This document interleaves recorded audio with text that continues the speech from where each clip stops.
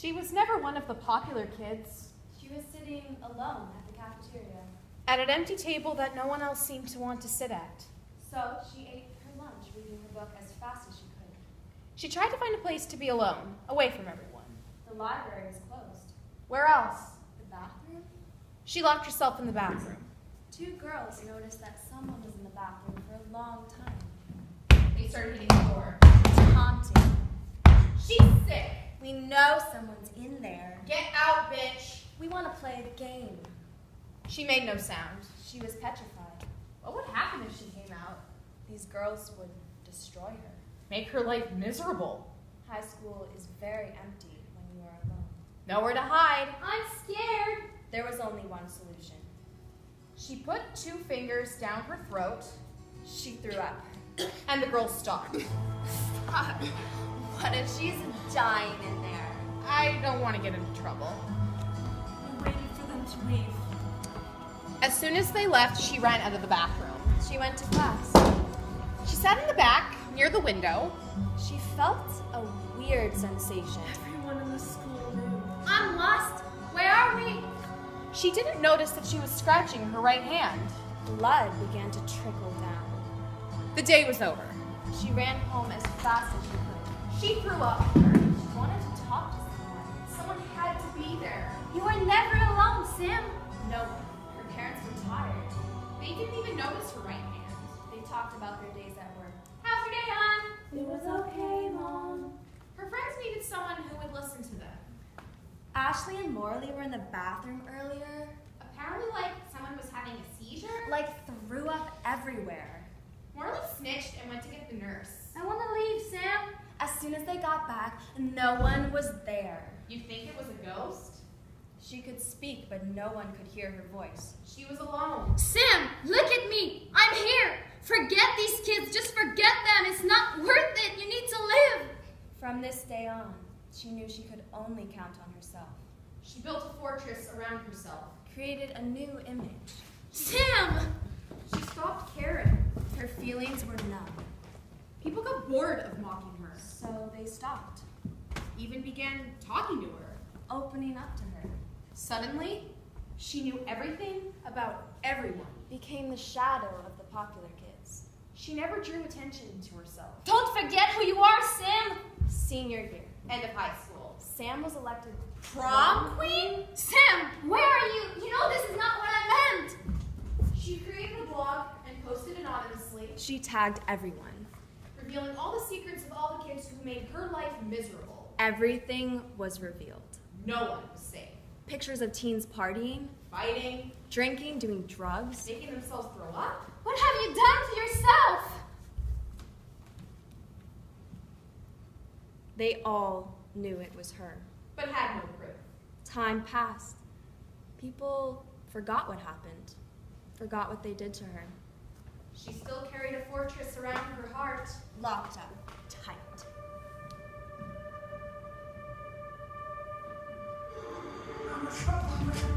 Sam! I'm going to a concert with my friends. We were planning it for months. The concert of the year. We were in the concert The room. band was getting ready. The music starts playing. My heartbeat was on the same rhythm as the bass. I felt my blood flowing. Boom, boom, boom. I felt the music flowing all over my body. Wait. We were somewhere else. Jumping, laughing, Drinking, shouting, woo! Dancing. we knew almost all the songs. We were having The time of our lives. Forgive me. We heard gunshots, screams, blood. Run, Sam! Sam! I couldn't move. I felt something in my flesh. Sam!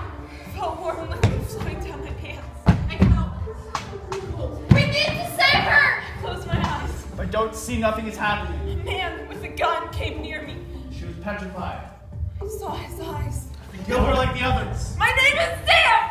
I'm 21 years old! I study psychology at college! Please don't hurt Shut me! up! Please! Shut up! I don't want to die! Put the gun in my mouth and...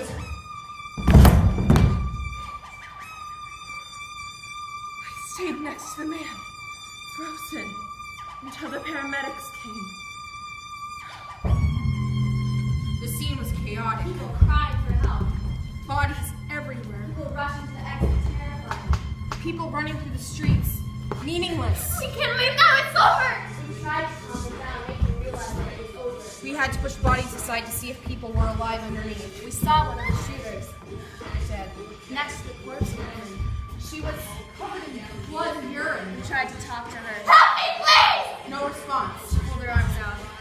We carried her to the ambulance. She couldn't move or talk, but her eyes said, "Get me out of here." Friend died. Yeah, I couldn't take the shooter. No apparent wounds. He should have shot me. She's not responding. Here I am, alive. She's in trauma. She needs to rest. This is the nicest gesture anyone's ever done for me. Last night, there were 2 terrorist attacks. A shooting in a concert room. A shooting in a cafe. Each time, 2 shooters. Each time, both shooters killed themselves. I was watching Netflix. I was picking up a girl. Next morning, I turned on the radio, like every morning. I looked at my social media.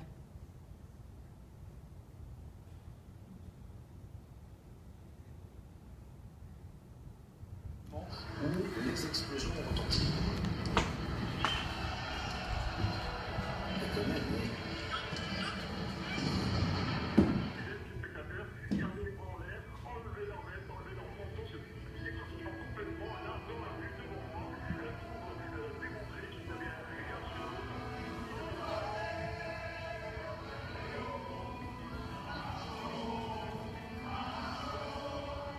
Voilà, ça c'est le compteur qui a pris le coup de cette estimation.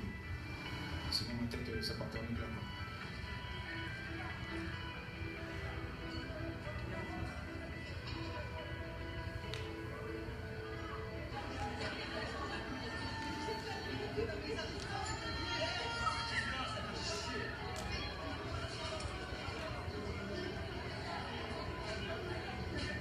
Je peux transmettre l'avis du police civil.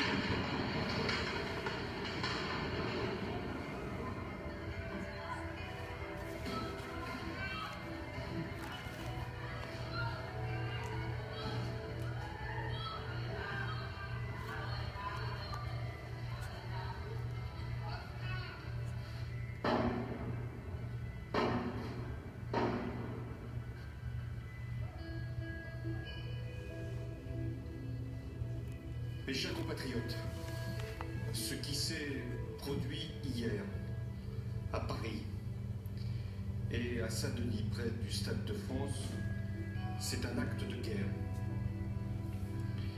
Et face à la guerre, le pays doit prendre les décisions appropriées.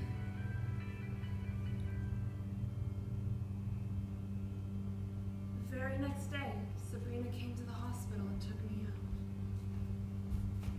They couldn't keep her at the hospital. There was no more space. I felt like walking. We needed some air. The streets were empty. The main streets blocked off. Policemen everywhere. Our city had always been crowded. I've never walked these streets empty. On Monday, we decided to go to school. Half the class empty. Heavily armed militia in front of the gates? Everyone was talking about the attacks. How should we behave if a terrorist comes into our school? Where should we sit? On a metro or on the bus? Never sit. That's where we'll put the bombs. Very front with the very back. Watch movies at home. If a terrorist comes in the school, we have to put tables and chairs against the door. We will hide under the tables! Everyone had lost something. That night, we lost our innocence. We lost the will to go out and have fun. I've lost a friend. I can still feel the emptiness, the fear in all the streets that Sunday. Leaving my house was a fight every morning. Yet we had to go out, We had to go on with our lives. not let hate and fear lead us. I had made that mistake already. I allowed myself to be pulled along by fear and hate towards others. I was able to get back at the people who had hurt me before, but I still wasn't satisfied. I wasn't happy. I just felt empty. I thought that it would make me stronger, that I'd be a new person after, but closing myself off just made me more vulnerable than anything else. We went to the big Pacific Walk. Hugged each other, hugged strangers. Talked. After what happened, there was this air of love and hope surrounding us. We all needed this. Yet, next month's politicians used these attacks. Suddenly the blame was on immigrants. Hate attacks against Muslims. We were still fighting. Our country split in two. Those who decided to fight. Those who stopped fighting. In the streets, we could see heavily armed militia. It became normal. Security guards checking our bags at the entrances of movie theaters and malls. It was our routine now.